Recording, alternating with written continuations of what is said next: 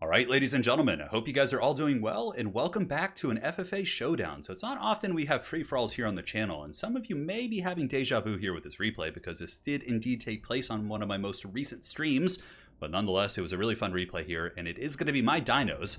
So it's going to be Tehenoin Lizard Moses on an Engine of the Gods, accompanied by a second Engine of the Gods, a Dread Saurian, two Skink Chiefs, and then just a couple cav units, really. So mainly, I just wanted to have a mobile force because something I found that is when I do FFAs on my streams, I tend to get jumped pretty good. So I wanted to have something that was mobile, I could get away, I wasn't stuck with a static army with like cannons and things like that. And that's really kind of become my go-to in FFAs in general, is having mobile armies or either an army that can mass Vanguard away from everyone else, because things just get a little bit too crazy. So yeah, this was a really fun one. For those of you guys who haven't seen it, you're certainly in for a treat, and for those of you guys who have seen it, enjoy some cinematic shots, man. It's gonna be good. Engine of the Gods, you know, you can't really go wrong with that here. So as far as the factions go, it's dinosaurs for me. We got Loopy on the Warriors of Chaos, and then we also have Vampire Coast, and I believe Vampire Counts. So in total, some very spooky factions. So you guys already saw my build more or less. It's going to be double Cold One Rider. We got some Skinks here. Double Solar Engine, one of which is going to be Lizard Moses with the Manticore Summon. We got the Shredder of Lustria. So, you know, very stick and move, and double Skink Chief. I figured if we're going to be annoying, we're going to be playing a long game, right? Having the double Skink Chief with the darts with 82 ammunition gives us some really good annoying staying power over the game that can farm some solid points, because at the end of the day, in FFA, it doesn't matter if your whole army is gone. It's about doing the most damage possible to win the game. So that's why factions like Dwarves and Coast, who, you know, of course, are more static factions, can do well with different types of builds. But if they go with gunline factions, you basically just want to ignore them, or gunline builds, excuse me. So for the Warriors of Chaos here, they do have triple Marauder Horsemen. It looks like it is going to be two Chosen with great weapons. So going very elite here with some Spawn. That is a very hard-hitting core. He's got some Chaos Knights as well, and it appears to be some Gorby's Chariot. So the first thing I thought when I saw this army, I was like, you know what? This is probably my best choice. If we look here on the far side of the battlefield at the forces of the Vampire Coast, who are led by Rowan, it's a massive horde of handguns and cannons and Count Noctilus and Queen Bess. I was like, yeah, screw that shit. I do not want to fight that. That will absolutely just teabag and destroy my army. So basically, I'm just going to be going for chaos, trying to fight there. Now, as far as the vampires go, it's another decent candidate to fight. He's got a huge undead horde of zombies and skeletons. Some good monsters, though. I mean, Manfred plus a Goose can definitely do some big damage against my big boys. So I got to be careful here. And it looks like he's got a couple Necromancers on the ground as well. Yeah, with Raised Dead and Invocation on those bad boys. And obviously, you know, all the usual army builds and rules go out the window here in these dreaded FFAs. So we're going to be heading on over here. Like I said, the Warriors of Chaos seem to be the most choice candidate. So as we do advance here, I'll do a little bit of fast forwarding to spare you guys the drama. But nonetheless, it's going to be tricky. He does have some Marauder Horsemen, but I also knew that the vampires were coming on his flank here. So if I could just kind of be patient, force him into some engagements here on the tree line, and then completely ignore Vampire Coast, because who the hell wants to fight that shit? I mean, gun lines, come on, get that out of here. A little bit of poke coming in. I don't have any healing in my army, so any damage I do take is permanent, which is a little bit unfortunate, as those Marauder Horsemen are able to get some work in. Granted, a little bit of poke back. My adorable little Skink Chiefs here were able to drop some damage, and now there will be a Manticore Summon coming in, seeing that the Chaos Knights are going to be charging into the trees. The beasts of the forest here shall be countercharging the Chaos Knights, and definitely will have a very good matchup there. Some more Chaos Knights coming in, but Cold One Knights countercharging through the tree lines should be able to intercept them, or at least push them back, but it looks like Loopy has partially fallen back. Granted, one of the Chaos Knights with lances here is going to be battling my Stegodon and Lizard Moses, while the Manticore is being sent in to go after the Marauder Horsemen, ideally wasting the ammunition of those targets. In the meantime, over here, my only unit of infantry is completely destroyed by the Gorby's Chariot and Spawn, just torn to shreds, which is no surprise. Skinks versus Chaos Spawn seems like a little bit of an unfair matchup here, but our Monster Blob is doing very well. We're wearing down Spawn, the Chaos Knights are taking some huge damage, and now the Big Chungus itself, the Dread Saurian, getting ready to party here, is going to be going after Chaos Knights, and I try and catch Loopy with an Ion Cannon, but he's obviously a very savvy lad here, is going to see that coming. But thankfully, some of the Chosen actually just march into it, so some of the Chosen get melted by the Ion Cannon. Not too much damage, but you know, guys, it's really about sending a message here, and it looks like a message was sent. These Chosen, I'm sure, shaking in their boots. So as far as the battle goes, we are ahead on points. The Spawn here getting wrecked. The Chaos Knights are obviously quite terrible against such units, and now another Ion Cannon is going to be coming down. So the Engine of the Gods going to be dropping some bows, and oh my god, that is so much damage. Look at that, it goes through everything. Chaos Knights being eviscerated. Chosen getting melted as well, it looks like, although it looks like now some of the Chosen kind of avoided that, but it certainly wrecked those Chaos Knights with lances, and did quite a bit of damage, pulling us even further ahead on the points.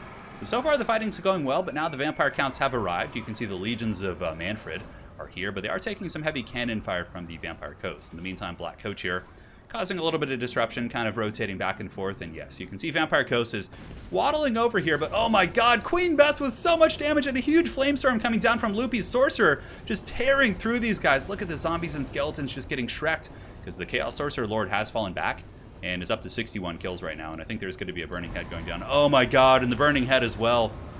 Just cutting through skeletons, and even more skeletons are about to be caught as well. How many kills do we have on that Sorcerer here? We got 126 so far. Chaos has gotten its skirmishers back. I think that the Warriors of Chaos did realize that this was a lost fight here. My big monsters were just fighting too easily shoulder to shoulder in the tree line, and we're able to just buckle off the Chaos Knights and pretty much all the elite troops here. The Chosen will be next for sure, but now Queen Bess is shooting my direction. You can see dropping some fat shots here, but I did take some damage in those fights, and currently I'm in second place. Loopy was actually able to get more points than me by getting some crazy vortex spells on the undead here, so roasting all the skeletons and zombies. Though it's not a lot of, points in an isolated situation if you're able to just nuke a huge, massive force of them like he did and get, how many kills do you have right now? Let's see. Yeah, 228 freaking kills, man. What a beast. And yeah, now he's going after the Black Coach here. Might be able to get it, but here you can see the Vampire Counts, the mighty Vlagetsa, coming in here, and Manfred should have a word to say here with the old Chaos Sorcerer Lord. And yeah, looks like he's going to get munched pretty bad. Manfred is certainly not a bad combat Lord. None of the vampires on a zombie dragon really are. And a really nice zombie summon there from the Vampire Count player as well is going to be tar pitting many of those Marauder Horsemen and leading to their demise. So the Vampire is able to stabilize this position, but the cunning Loopy able to escape once again using the Chaos Sorcerer Lord. Oh yes, now the Ion Cannon just in time. So I saw the undead approaching, guys. Oh man, it's a good thing I noticed that in the distance. And I saw they were coming in like a straight line like this, so I just dropped the fat Ion Cannon, guys, and just look at the glory. Just eviscerating the foul undeads, the will of the old ones being enacted, as the zombies and skeletons are cut asunder by the dreaded double Ion Cannon. Tell me that's not a beautiful sight. I'm sure the frame rate appreciates that, but let's watch it all the way through. Oh my god.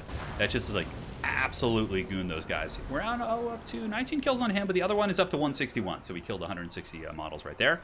And the last of the Chosen are farmed and dealt with, and now we have not too much over here. We got some spawn, but the big problem for me, guys, that could potentially just get me crumped immediately is the fact that the undead are coming, the very, very scary Vampire Coast, and gun lines, bombers, the entire army is more or less in perfect health. So the main way to beat this type of thing is to do as much damage as I can to the other armies while taking damage myself, so that when the final battle becomes between either myself and him, or let's say the Vampire Counts, if Manfred's able to kill my units, he doesn't have that many points to farm. So that's kind of the dream we're going for here. So right now, Tehenowin and Ancient Stegodon and Dread Saurian are kind of pulling back, and Manfred's kind of eyeing the prize here, looking like he wants to maybe fight the Tehenowin.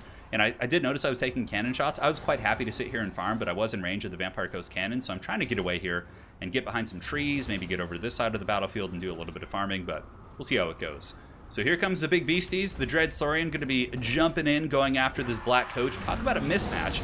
I know the Black Coach is the most haggard and glorious of contraptions, but talk about Engine of the Gods and the Shredder of Lustria.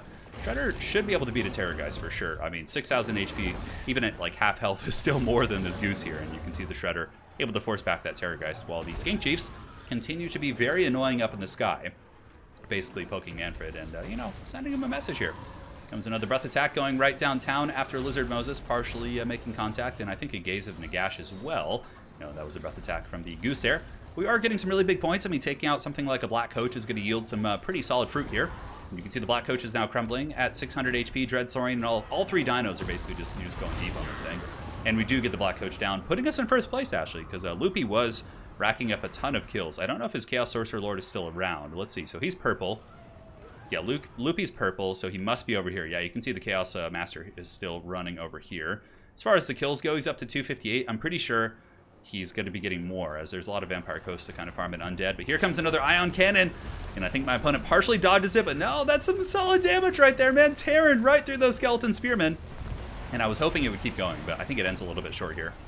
Yeah, keep going. Oh, it ends right. That was like, talk about being blue-balled, man. That could have gone like right through those guys. It did so much work. But we have enough monsters here that if he lands with any of his single entities, 3v1, I should be able to get some big work in. I also know that by kiting back and fighting here, it's allowing the Vampire Coast to kind of pincer in and just, get the meager scraps, while I'm able to get the big things like the, the Black Coach and the characters, and the skeletons are also quite valuable. But I'm also taking damage. There's a fair amount of skeleton spears here, and each of those anti-large pokes is doing a couple damage. Not much, but it does add up over the course of the battle, so I certainly have to be careful here. Manfred's still being poked. I believe my two Skink Chiefs are kiting around the map, so the Skink Chiefs are being chased down by the Goose here. So I'm just trying to conserve my ammunition and run and keep that goose away from the main fight. And it looks like another burning head, or no, a flamestorm going down and a flock of doom for myself. So just massive AoE. Flamestorm puts up that sword search of 479 kills. Absolute anarchy here. Certainly very heroic indeed. And pulling Loopy once again to the brink of second place here. But we've gotten a pretty big lead farming these units.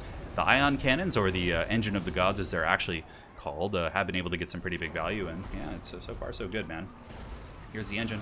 Going after the Dread Necromancer. Necromancer should fall pretty quickly. 1 leadership. His 30 melee defense probably might hold up since he's on horse. But yeah, he's at -2 leadership, so that bad boy should be crumbling now. But most of the undead forces certainly are in bad shape here. But really, the Empire Coast is just kind of sitting there, trying to get into some fights here, while Chaos is doing the work of the gods here. So Loopy has been getting back here on Rowan's forces and just trolling the back lines to the best of his abilities, which is good, because it kind of keeps this whole army from advancing.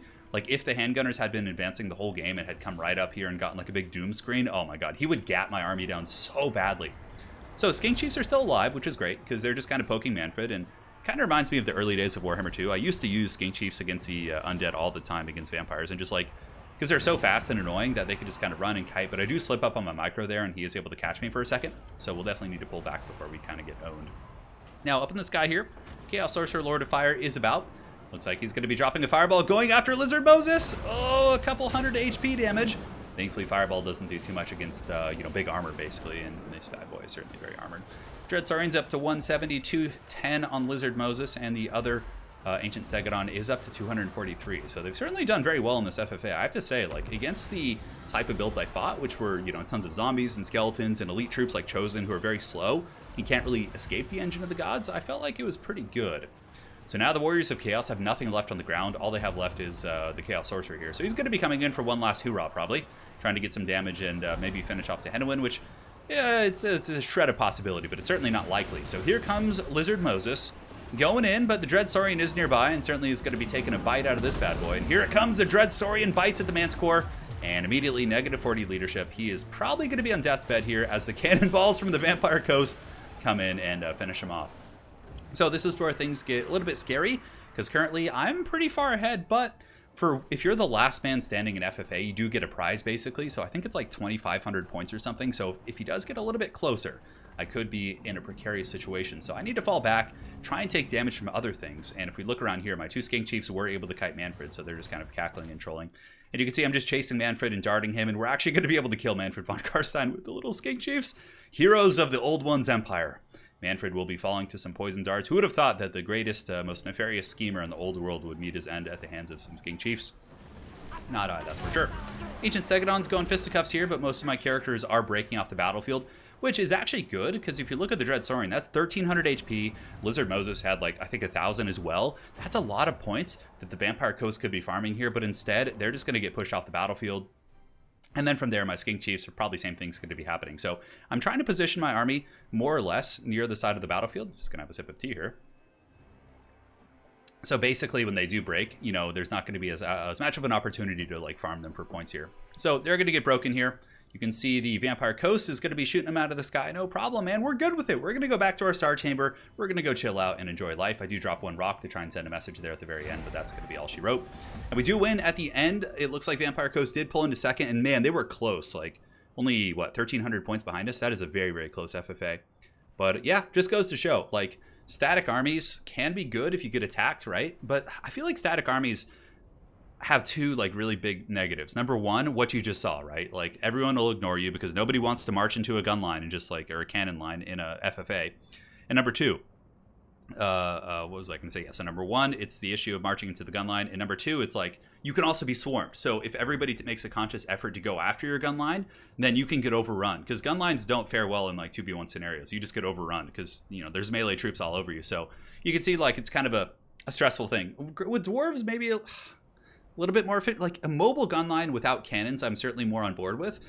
Like, if you have a bunch of deckhand mobs and then handguns and you're marching like right away instead of sitting with your artillery, I think that can work. But I find that cannon builds are pretty hard to pull off for sure. It really depends though. Like, you can go with a cannon and have a bunch of skirmishers to farm you points. There's a bunch of ways to play FFA, which is quite crazy. So anyways, hopefully you guys enjoyed this. If you want to see more FFA here on the channel, do let me know in the comment section below. I think it's a fun thing to mix in like once a month or twice a month. Just throw one up and have a good cackle at seeing these ridiculous bad boys earning chevrons here. Look at that, triple chevrons on the Ancient Stegodon. Certainly not bad. So well played to Loopy, Vlad Getza, and also to I'm Rowan, I'm a Model. Well, thank you guys for playing, and hopefully you enjoyed this FFA. And my friends, we will see you on the other side. Take care.